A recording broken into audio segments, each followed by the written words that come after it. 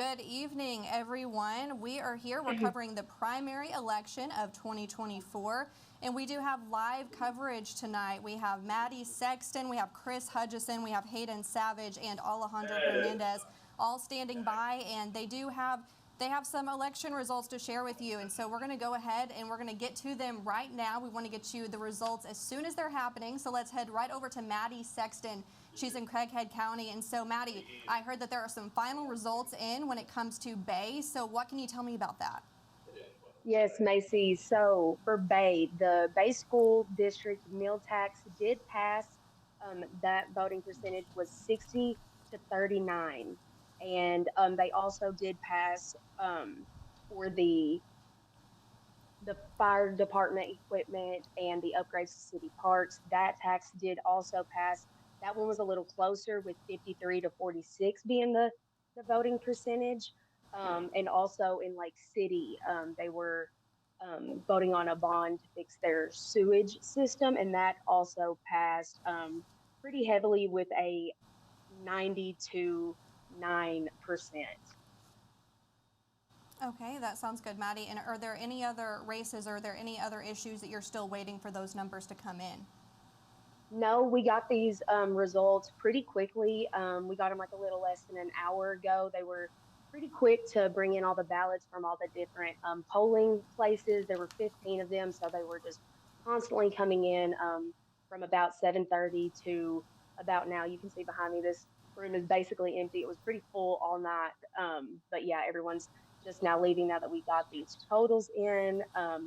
Another one race that we've been following is the rep for Justice of the Peace District 1, and that's Brad Knoll. He won. And also for District 7, Richard Rogers won, and that voting percentage was 65 to 34. So, yeah, it was quite a hectic day and lots of people in here, but it it's it's about over with now. So. Right. It sounds like it has for sure been a crazy day. And what are the poll workers saying about voter turnout now that it's all over?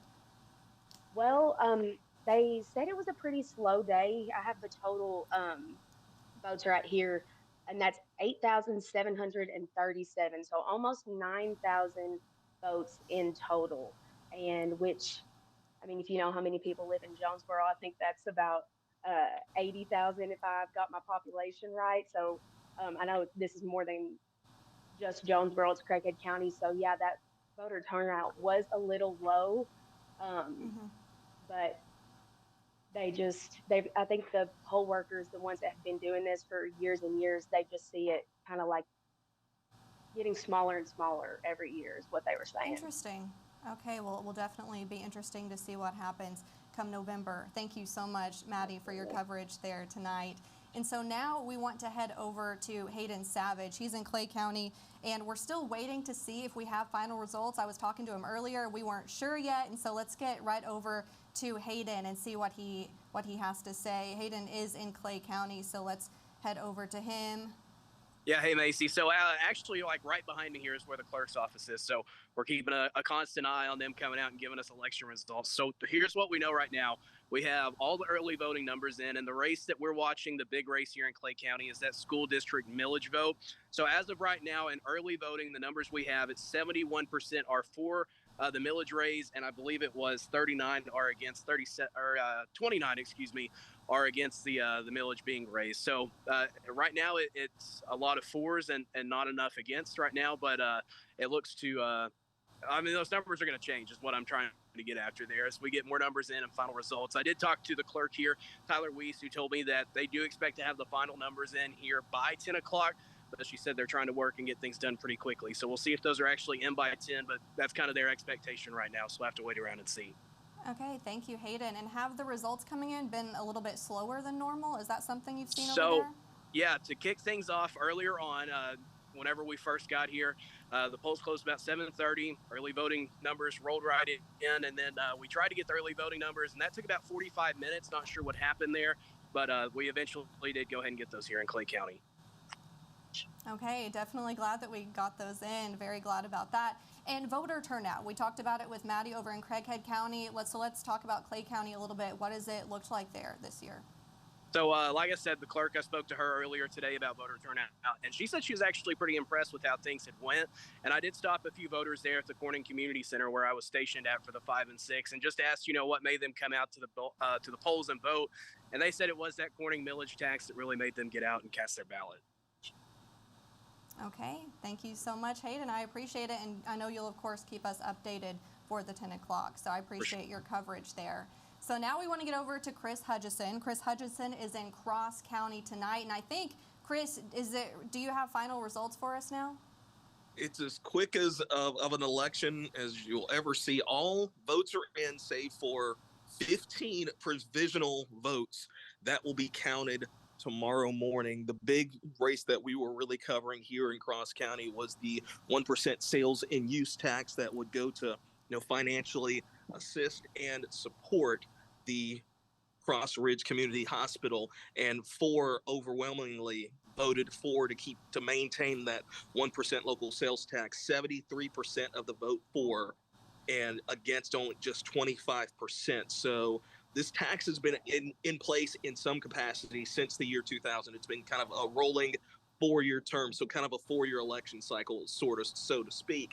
And so this new 4-year cycle will start in October 1st, 2024, and run until the end of September in 2028. So this hospital, I talked to Administrator Gary Sparks earlier today, and he kind of explained that, in terms of economic impact, the Cross Ridge Community Hospital is, impacts the area to the tune of over $24 million, just because of how many folks the hospital, takes care of, in Cross County, not just in Wynne, but the surrounding area, Cross County, places like Cherry Valley, places like Parkin, places like Hickory Ridge. So that was the big race we were looking at. A couple other races in the books. Republican Justice of the Peace won Amy Inboden, the incumbent, won with 60% of the vote over Renee Beckman. Republican Justice of the Peace number 8, Jay Garr, beat incumbent Jerry Rushing 210 to 144, so 55% of the vote to 38% of the vote. Republican Constable 1, Chris Ballard, the incumbent, won with 566, 67% of the vote over Rome Helton with 24% of the vote. In terms of school district votes, we had a couple of those in Wynne. We had in Cross County. In terms of the Wynne school millage, 4 passed once again. And then in terms of school board zone 3 votes, Stacy Slinker, the incumbent, won with 48% of the vote. Very close vote for Cross County School Board Zone 7. Kenneth Pulley beat the incumbent Lakeisha Jones, or is in front, by just 6 votes. It's 60 to 54. So I'm wondering how the 15 provisional ballots, how many of those are in that district. We'll find that out tomorrow. And then the Cross County school millage passed 305 against 243. So, talking to election officials, they said turnout was very, very good. I was in Cherry Valley for a little bit this afternoon at the food pantry, then went over to the Cross County Courthouse Annex in Wynne, right off of Highway 1, now stationed here at the courthouse, and saw a steady stream of folks coming in to vote around the 4 o'clock hour, 5 o'clock, and it kind of carried over, waiting inside an actual courtroom, waiting for the results to come in. And once 7:45 hit, you saw folks coming in with a steady stream of boxes from Cherry Valley, from Parkin, from Hickory Ridge, and all points in between. It was a very, very, definitely from the looks of it, from what I've seen, very, very smooth election day in Cross County. It definitely sounds like it was very exciting. Did they say how this turnout compares to previous years? Did they mention that? They said it was very good. I think it's a little bit better than previous years. I think just because obviously you have a presidential election, primaries for Republicans, Democrats. So I know that's got to be in play too. So they said it turned out a lot better than in previous years. But you have I think the 2 big factors are the presidential election, and then of course this 1%, sales tax vote for Cross Ridge Hospital, because overheard more than a few voters today came in and that said one of the main reasons they were going to vote beside the presidential election was for the 1% sales and use tax. It definitely seems like that was definitely a driving factor there. Well, thank you so much, Chris, for your coverage tonight. I really appreciate it. I know it's been really busy over there, and I know you'll keep us updated. So thank you so much. No problem. And now we do want to head over to Alejandra Hernandez. She is in Greene County tonight, and there are a few big issues there that, are on the ballot. And so, Alejandra, were you able to actually get any final results? Are you still waiting for some of them to come in? Hey, good evening, Macy. I actually think that they just started coming out in like the last couple of minutes. I've been seeing people walking out. I think someone's about to get that sheet for me, so I should know in a couple seconds those unofficial final results for tonight. Okay, that sounds great. I know that you're probably wanting to grab those numbers, but really quick, what has voter turnout been like over there? Well, it's been pretty steady. That's what I was told all day, that it was really steady. We had the largest location was at the fairgrounds, and they had about 500 voters around 5, 100 more voters around 6, and another 100 around 7 o'clock. So it's been pretty steady.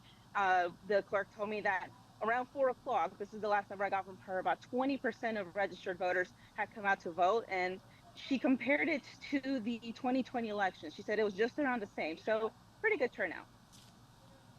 Awesome. And if we could talk about just some of the issues that voters have really been coming out and voting for that we're waiting for those results on.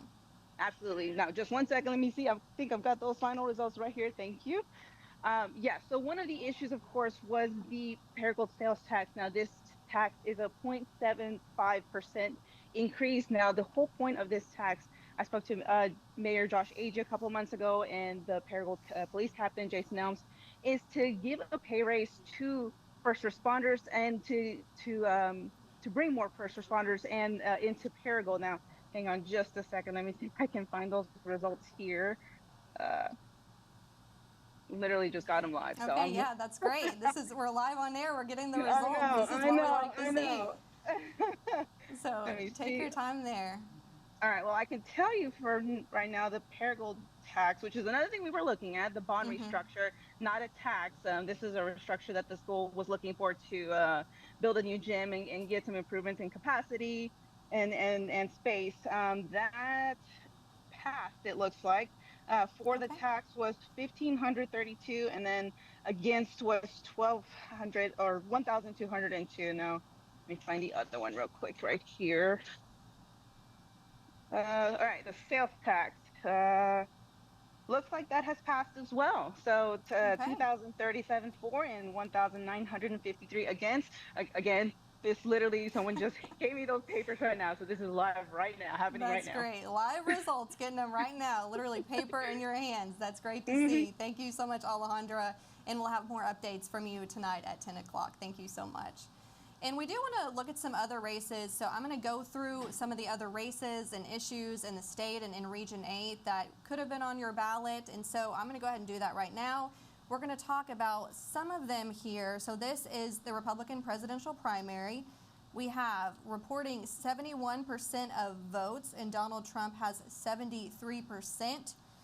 We're going to go down here to the state house race. It doesn't look like we have some of these races, the numbers in yet. We're still waiting for some of them. This is the Democratic presidential primary. We have 73% reporting and 90% of those votes for Joe Biden.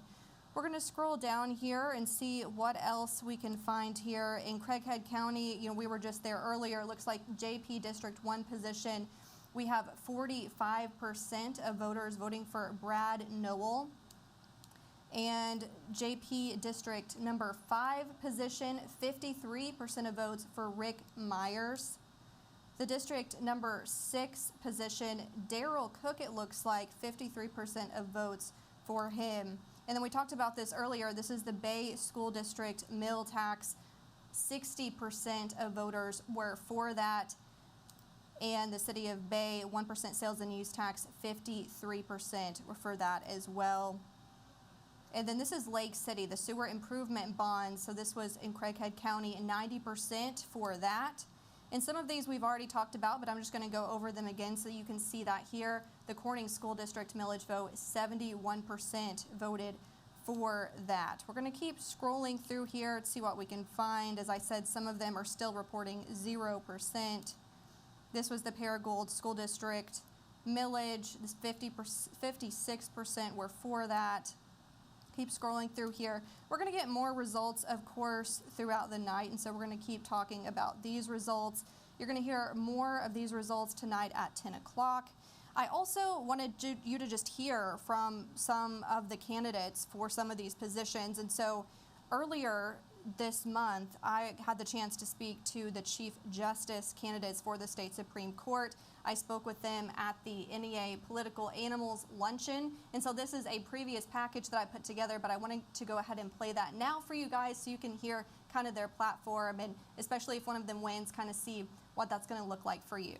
I think 3 words describe me. I'm principled, I'm conservative, and I'm experienced. I am the most experienced jurist that is here before you today. I have served for 18 years. I have been an attorney practicing law for 27 years at the same small law firm in downtown Little Rock. A Q&A luncheon in Jonesboro with candidates for the Chief Justice of the Arkansas Supreme Court. The candidates in attendance, State Supreme Court Justices Barbara Webb and Rhonda Wood, along with attorney Jay Martin. The next Chief Justice really has got to stand and defend our Constitution and the Bill of Rights. We can make differences, changes in our justice system that will make the justice system more accessible to those people who can't afford attorneys or don't have attorneys. As I care about the Supreme Court, I want to improve the justice system for the state of Arkansas. Some in attendance wanted to hear from the candidates on how they felt about the nonpartisan aspect of the Chief Justice position. And if people think when they come before us that because someone's been a Republican or they've been a Democrat in the past, that they're going to get a different kind of ruling for that reason, then I think we have a major problem. I go places and voters are very frustrated and they're like, are you Republican or Democrat? I say, I cannot answer that question. Our judicial code does not allow it. I think it's important that you don't let your politics get into your professional roles. And I think that's what the voters meant when they talked about electing people nonpartisan. One of Webb's top priorities is access to justice, particularly through technology. Whether it's through text messaging to people about their court hearings, whether it's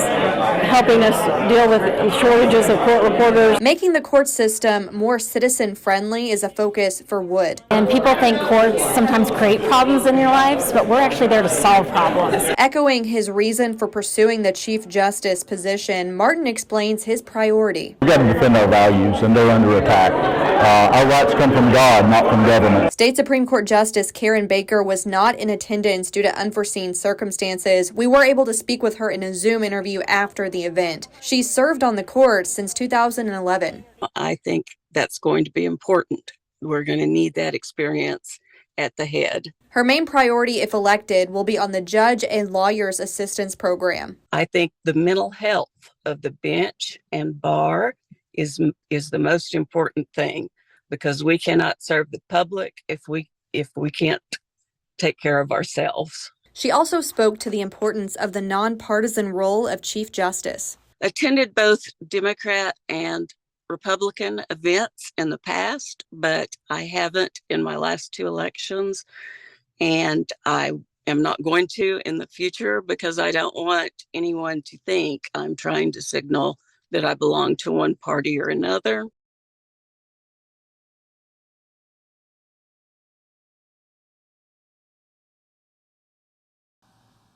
All right, and so we do have some of the early results right now for that Chief Justice position. So I want to talk about those. For Rhonda Wood, it looks like we have 27%, and we're reporting 49% of votes right now. Barbara Webb, we have 25%, Karen Baker, 25%, and Jay Martin, 20%. So this does look like it is a pretty close race right now. We're going to continue to monitor this, and once again, we will have updates tonight at 10 o'clock. And I also want to show you, if you're looking for results, not really sure how to do so, I want to show you how you can do that. So I'm going to come over here and I'm going to show you, this is our website. So once you're on our website, you go to kaita.com. You're just going to scroll down here. You're going to scroll down and you're going to hit the K8 News primary election coverage. Once you hit that, it'll take you to this web page. And once you scroll down, you can click this where it says latest results on the federal, state, and local races. You're going to click that. Scroll down, and there you have it. You can see the Republican presidential primary. You can see some national and state races there. You can scroll through and look as we get some of these early results in, and then you'll eventually be able to see the final results there as well. So just keep looking at that throughout the night, and also you can go over to the K8 News app. There are a lot of different ways that you can get these results and find your results tonight. We are going to have all the latest updates. So you can tune in tonight at 10 o'clock, and that's when you can hear even the latest results. We're going to have team coverage tonight as well, so be sure to tune in tonight at 10 o'clock.